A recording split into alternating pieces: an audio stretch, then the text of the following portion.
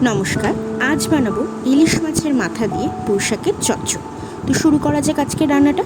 প্রথমেই আমি ইলিশ মাছটাকে কেটে ভালো করে পরিষ্কার করেছি, তারপর নুন হলুদ মাখিয়ে কিছুক্ষণ রেখে দিয়েছিলাম।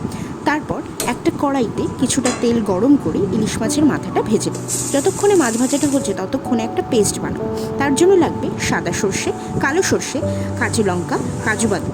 মাছ ভাজা হয়ে গেলে সেটাকে অন্য একটা পাত্রে তুলে রাখবো। তারপর ওই কড়াইতেই ফোড়ন দেব, 5 ফোড়ন, তেজপাতা, শুকনো লঙ্কা। তারপর সেটাকে হালকা নাড়াচাড়া করে সুন্দর একটা গন্ধ ছাড়লে দিয়ে দেবো আলুটা কিছুক্ষণ ভেজে নিয়ে সব রকম সবজি অ্যাড করবো, যেমন ঝিঙে, কুমড়ো, বরবটি, বেগুন, কাঁঠালের বীজ, লঙ্কা আর পুঁই শাকের ডাঁটা। এগুলো দিয়ে কিছুক্ষণ ভাজা ভাজা করবো, ওই ধরুন 5 থেকে 10 মিনিট। তারপর সবজিগুলো সেদ্ধ হয়ে আসলে তাতে দিয়ে দেবো পুঁই শাকের পাতাগুলো, আর দেবো সঙ্গে নুন আর হলুদ। এগুলো দিয়েও কিছুক্ষণ নাড়াচাড়া করবো যতক্ষণ না পুঁই শাকের পাতাগুলো নরম হচ্ছে। তারপর দিয়ে দেবো আগে থেকে তৈরি করা পেস্টটা, সেটা দিয়েও কিছুক্ষণ নাড়াচাড়া করে দিয়ে দেবো ভেজে রাখা মাছের মাথাটা। তারপর অল্প পরিমাণ চিনি দিয়ে সবজিটা গা মাখা হওয়া পর্যন্ত অপেক্ষা করব। তারপরে গ্যাস নিভিয়ে গরম গরম ভাতের সঙ্গে সার্ভ করব আজকের পুঁই শাকের চচ্চড়ি।